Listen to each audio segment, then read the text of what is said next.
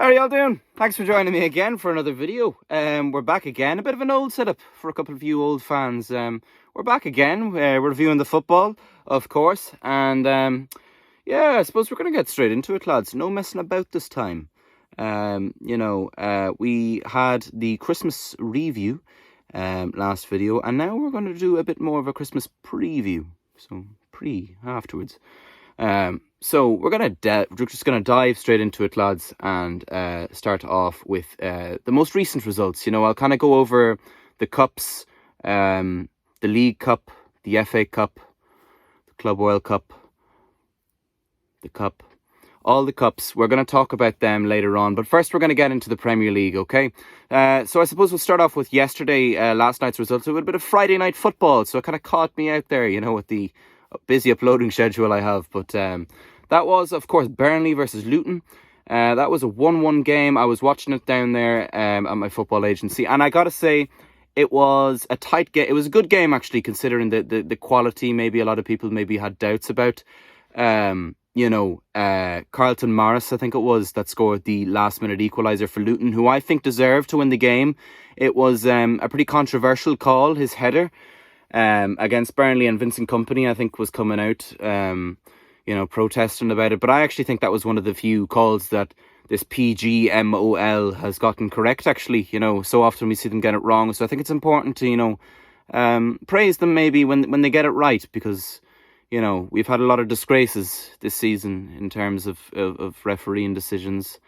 Stuff that the PGMOL themselves have had to come out and say that it is incorrect. So, give them credit where it's due. They got that one right last night. And that could be a huge point for Luton in their quest to stay up. As for Burnley, I'm really not sure where they go next. They have to be winning games like this at this stage in the season. And they're not. So, I don't know. I'm not one for calling managers to be sacked. But if you're being realistic with yourself, how long does Vincent Kompany have? I don't know. Chelsea versus Fulham. That was actually this morning. I was watching it myself. I was pretty convinced Fulham were actually going to win that. And maybe they should have at least gotten a draw. It was a Southwest London derby. So in the Southwest, but a derby. And Chelsea won at 1-0. Cole Palmer penalty. What a season that boy's having, by the way. Chelsea have been absolutely atrocious. Like losing against Middlesbrough.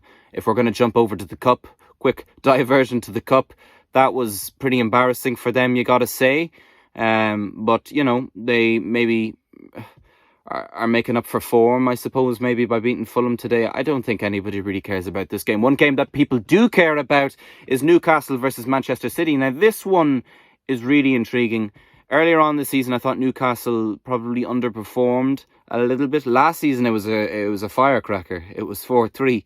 So if we have anything like that again, I think you're talking about a serious game of football, lads. Newcastle have been in bad form maybe recently. I would maybe mitigate that towards the injuries, if that's the correct usage of the word. I actually don't know. But yeah, I would put that down to the injuries for Newcastle, their form this season. I have absolute no doubts about Eddie Howe, like some people are starting to. I don't really understand that sort of behaviour, to be honest. No, I gotta say, Newcastle are still a force to be reckoned with. And this January, I do expect them to strengthen. If it's through the Saudi Arabian route, or if it's through the loan market, it could be both. Actually, I think there was talk about them bringing in that Ruben Neves, was there? As for Man City, they haven't been in the best form themselves, but they are going to be strong favourites, even if it is in St James's Park. A draw might not be a bad shout, is what I would say for that one. I would say something along the lines of maybe 2-2 or something like that. I think would be realistic, but maybe a bit optimistic as well from me.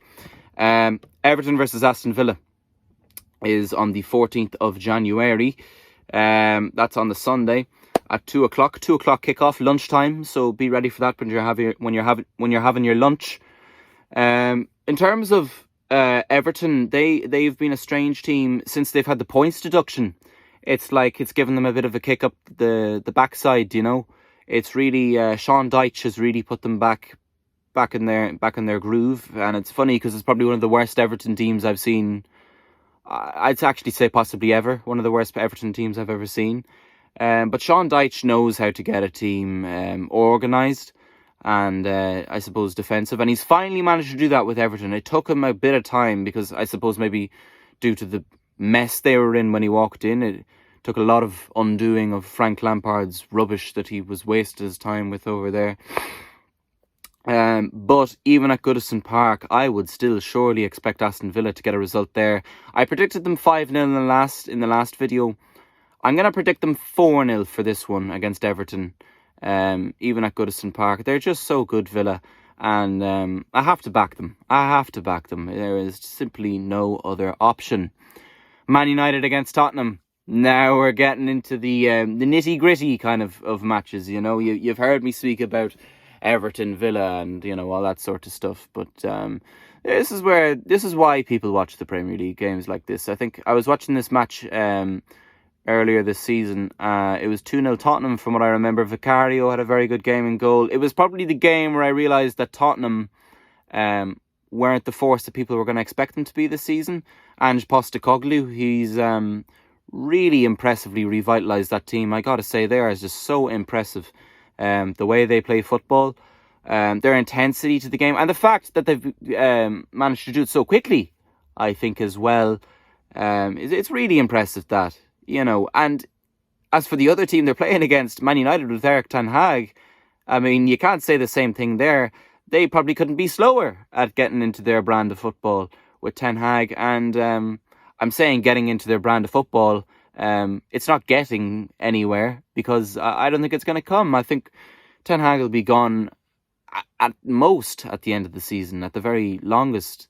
That's probably the longest he'll probably stay there. You know, nothing would surprise me if he's sacked by the end of this month, honestly, with the way that bloody club's run. But no, I do see a Tottenham win, even at Old Trafford. I don't think Man United's record at Old Trafford is particularly impressive anyways. So I do see a Tottenham win. They've just signed Timo Werner. It's the January transfer window, so look out for a couple of maybe January transfer window reviews, if that's something that you're maybe interested in, or maybe you're not.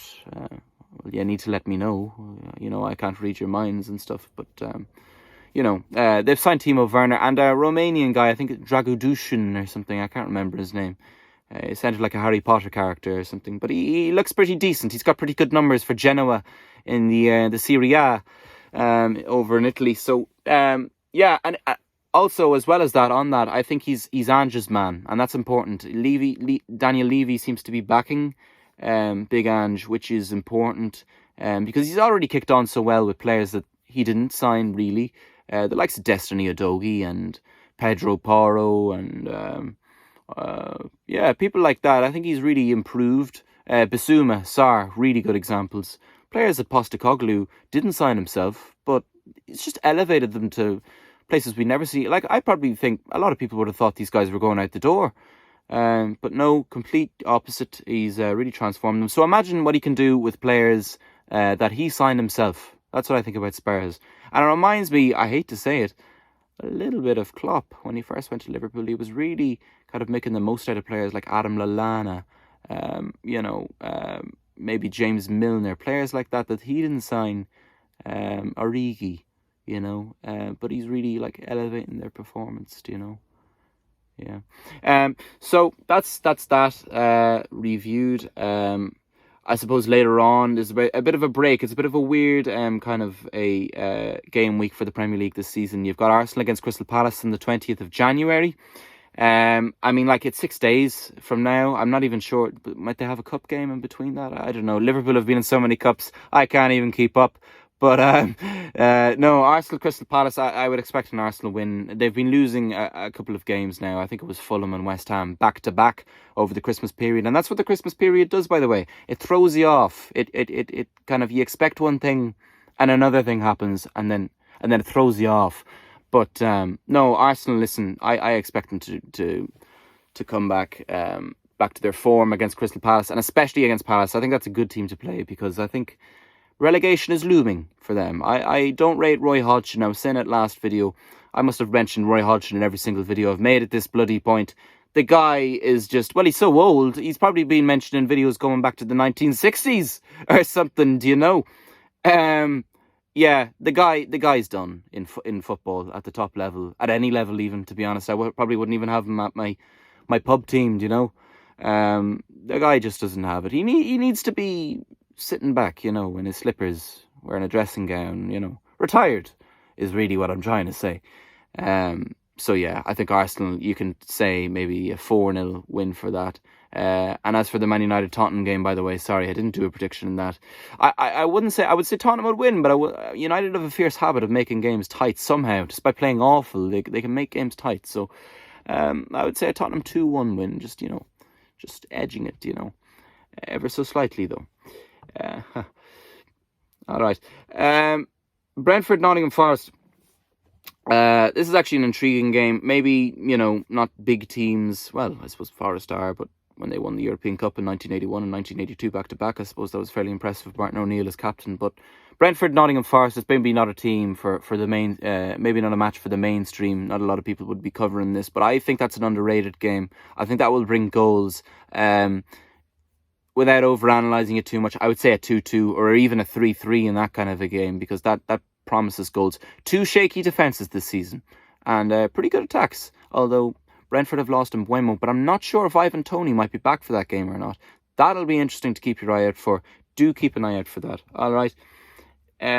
Sheffield West Ham now is the next game. That is on the 21st of January. Sheffield look poor, but they are quite a physical team, as are West Ham, and I think that kind of a match-up might go in their favour for Sheffield. It is at home, and they still have that new manager bounce with Chris Wilder, I think. So be prepared for a shock result, a bit like they did against Villa, Sheffield United. Be prepared for a bit of a shock result there, maybe 1-1 or 2-2. I wouldn't even necessarily say they'd go and win the game, but Sheffield, I think, are they're you know, people are ruling them out just a bit too quickly, and they are bottom of the league, maybe 3 points off second bottom, but just keep an eye out. Results can change quickly, and that's what we found out about Arsenal during the Christmas period. You know, Liverpool now, look, streets ahead of them in terms of the title race, and it's funny how it just flips on its head like that, huh? Speaking of Liverpool, Bournemouth against Liverpool. Now, this is an interesting game because you've got Dominic Solanke, who's just won Player of the Month, Premier League Player of the Month, and he's hot on fire, and even their manager, I thought he was like favoured for the sack at one point, maybe 10 games into the season. But he's completely flipped it on its head. Bournemouth are flying now. They're about mid-table. They must be like a point off Chelsea at this point. And yeah, they look really, really dangerous. So Liverpool shouldn't be expecting an easy game going there. But Liverpool are on red-hot form themselves. I think they're really starting to find that next gear. While I don't think they're at full gear yet, I think they're kind of finding that next gear. They've got a couple of guys out, most notably Mohamed Salah at the AFCON, and Wataru Endo at the Asian Games, who I think goes a little bit under the radar since he signed for Liverpool. A lot of people talking about this expensive Chelsea midfield, you know, Caicedo, Enzo Fernandez. Funny enough, it's Conor Gallagher, their academy player, that's probably the shining star out of that trio in midfield. Liverpool went and signed Wataru Endo. Now, I think he must have cost about 10 million from Stuttgart. Now, you name me any other team in the terms of the top teams that would go and sign a player 30 years old from Japan playing for Stuttgart. It's only Liverpool that can pull off those kind of signings and make it work. That's the hard bit, you know. Anyone can just sign somebody, but making it work, that is really impressive what Liverpool did there with Endo. And I think he goes under the radar. He's got a lot of really good attributes. And it's probably his mentality that Klopp probably maybe saw on him. He now has the final say over these kind of transfers, Jurgen Klopp. And he's going to be huge miss. I think people underestimate that. Of course, Salah's going to be a miss, but I think we can put the likes of Harvey Elliott, who's having a really good season, on the right wing. And of course, he's not the level of Mo Salah, but he can do a job. And I'm really impressed with Curtis Jones in midfield as well, by the way. He is impressive. And hopefully we have the one and only Dominic Szoboszlai back for that game. It is the 21st of January, so you're talking about a week away. So yeah, and the final game of this game week would be Brighton against Wolverhampton Wanderers. Wolves have actually really impressed me this season. I gotta say, like a lot of people, I would say, probably had them to go down this season. They lost just so many players. It was hard not to see that happening.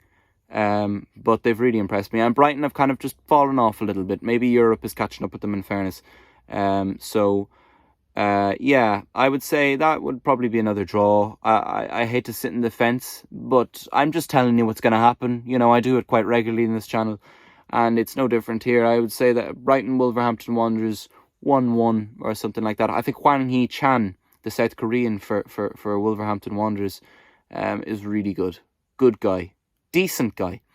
And as for the Bournemouth-Liverpool game, sorry, I'm going to go back to that. I would say Liverpool will win that 2-3-0, you know. But it won't be as easy as maybe that result suggests, you know. I think Liverpool are good at scoring late this season, so maybe look out for a late Liverpool kind of goal in that game. As for the cups, Liverpool are flying in the cups. We're in the semi-final, I believe, second leg against Fulham with a 2-1 advantage after a really decent performance at Anfield. We were 1-0 down at half-time, and, you know, a lot of teams would crumble after that, but Liverpool really raised their game in that second half. They scored 2, they could have scored about 200. It was really a whitewash, and really impressed me, that game, I gotta say. And it's really that game, maybe along with the Newcastle game just before that, just over the Christmas period on New Year's Day. They won 4-2. That really impressed me. That was another game where I think they broke the record for XG. And I'm not one for following XG, but, you know, even I had to say, that's pretty impressive, huh? Right, lads, that's everything. All right. We've reviewed all of the games. You're really covered now. I think I've really set you up quite well, given you some really good insight there, some really good points. And, you know, take care of yourselves, okay? It's getting quite cold outside, so wear a jacket, maybe. Or don't. I don't care. All right. So look after yourselves, and that's it. All right.